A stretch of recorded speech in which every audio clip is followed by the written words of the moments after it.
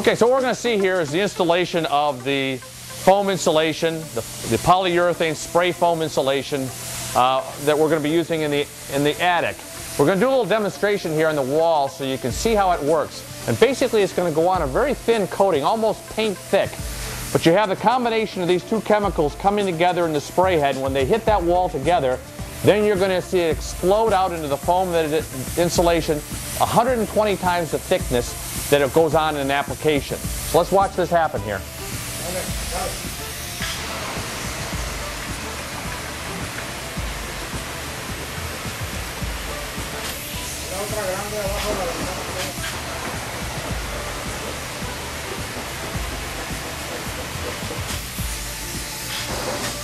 So by spraying this foam up on the rafters rather than on the ceiling of the attic, we've changed the nature of this attic.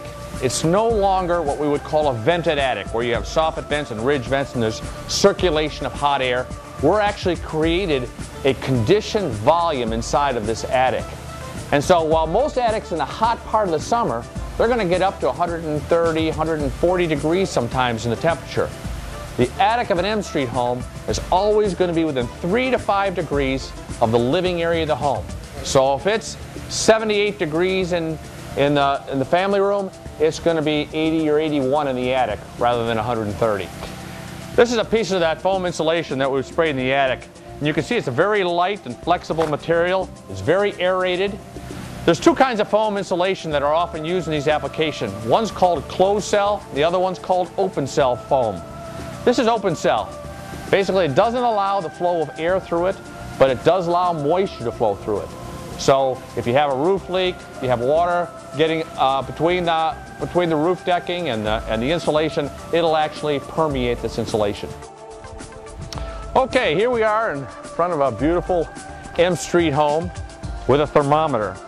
You look at the thermometer, this is a warm fall afternoon in Houston, Texas, and it's right at about 90 degrees.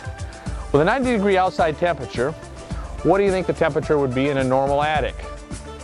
Well, it ought to be in the 115 to 120 degrees on a fairly mild day for Houston. So let's go in and see what this unvented foam-filled attic of Mstreet homes does at that temperature. Okay, here we are on the inside of the Mstreet home, and I got my trusty thermometer here, and you can see we're at about 73 degrees on the inside of this house right now. So it's very comfortable here. You'd find the same temperature in virtually all the rooms because we do actually have a guarantee that says the temperature will be consistent throughout the home. So now let's climb up in the attic and see what our temperature is up there. All right, here we are in our Mstreet home attic, and look at my trusty thermometer here. We're at 74 degrees. So it's as comfortable here as it was inside the house. I'm feeling good about it, but you know what's more important is the air conditioning, which is located right here in the attic in Texas, is also feeling very good about it. Here it is trying to generate cool air on an 89 degree day to keep the people inside comfortable. And it's feeling a lot better than being in 120 degrees trying to generate cool air. The ductwork is the same. You know, the ductwork isn't taking on the heat load that it would take on if it had 120 degrees up here. The unvented, foamed rafter attic is the ultimate in insulation systems for a new home these days. And it's standard in an Mstreet home. Okay, in our last video, we took a look at the insulation in the attic. We saw the foam going in, creating our unvented attic and the comfortable temperature that follows that for our air conditioner, so we have a very efficient home. Today, on this video, we're going to take a look at the wall insulation. The wall insulation is very critical because the most common way of transporting air from the outside of the home to the inside of the home is through the wall by a process called convection. There's a circulating of hot air in that wall. And so the key element is not to have any gaps or voids or compressions in that insulation, that we have a full cavity fill. And really the only way that can be achieved is with a blown-in product, a blown-in type of insulation. That can be foam, that can be a blown-in fiberglass, but what we're going to use today is blown-in cellulose insulation. The cellulose is the paper product. What I really love about this product is that it's 85% recycled. It's actually newspapers, ground up, phone books of that nature that have been treated and stabilized and recycled. So it's a very green and earth-friendly product. So let's go inside and take a look at what it looks like. Okay, the challenge that the insulators have with the walls, especially when they're trying to use a product like fiberglass bats. These are these rolls of insulation that are already pre-cut in strips. The problem that you have when you go into a wall is not all the wall cavities are the right width of the bat, so they have to trim the bats. And if they do that, they can't ever get it quite right. Not to mention there are things in the walls that make it difficult to put those bats in. What do you do when you come to a bunch of pipes like we have here? What do you do when you come to an electrical outlet? Do you put the insulation behind it? Do you cut this insulation and have it meet it? Do you compress the insulation in front of it? Any of those solutions are poor solutions because they are going to allow for the exact problem that causes that air to come in, that heat to come in from the outside in the form of convection. It gives room for that air to circulate. What we really want to have is a blown-in product. The cellulose insulation, once it's blown in, provides you a very, very uniform insulation. You can see there are no gaps, there are no voids, there are no compressions whatsoever.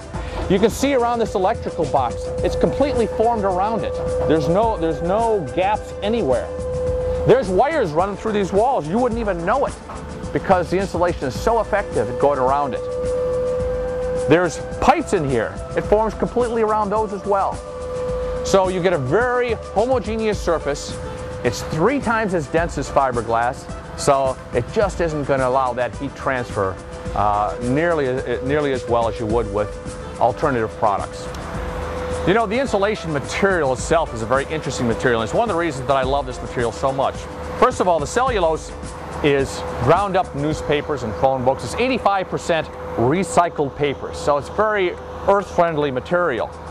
But more than that, it's got some things included in it that you might not suspect. The first one is they put some starch in here.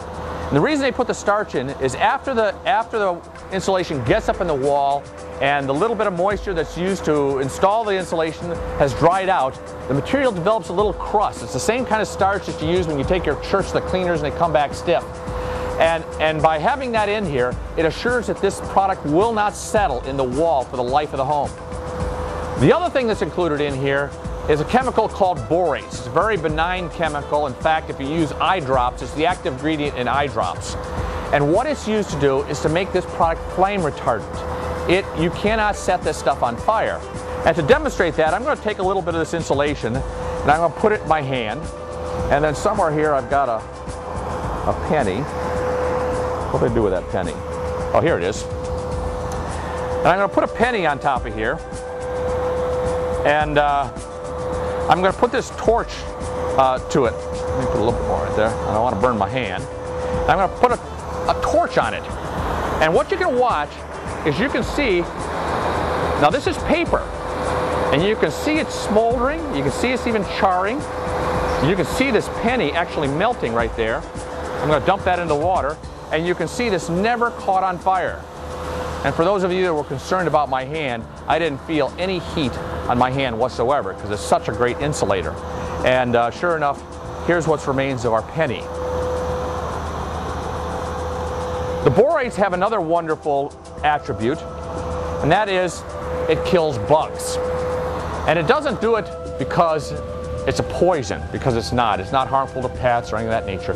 Basically what happens, if the bugs get in the wall and they get it on themselves, they're self-cleaning, they ingest it, and it basically clogs up their system, and they don't eat and they die of starvation. So the cellulose is not only a great insulator, it's a wonderful recycled product, it's flame retardant, it kills bugs, and is also wonderful for sound attenuation. It's very quiet in a home.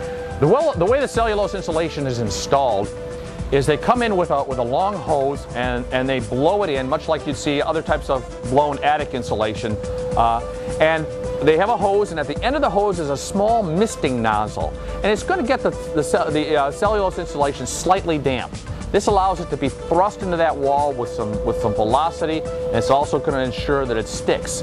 and they're going to fill that cavity past the studs, past the surface, and then they're going to come in with a scrubber, and this is basically a broom, spinning broom, and it's going to scrape the excess insulation off, and it's going to land on the floor.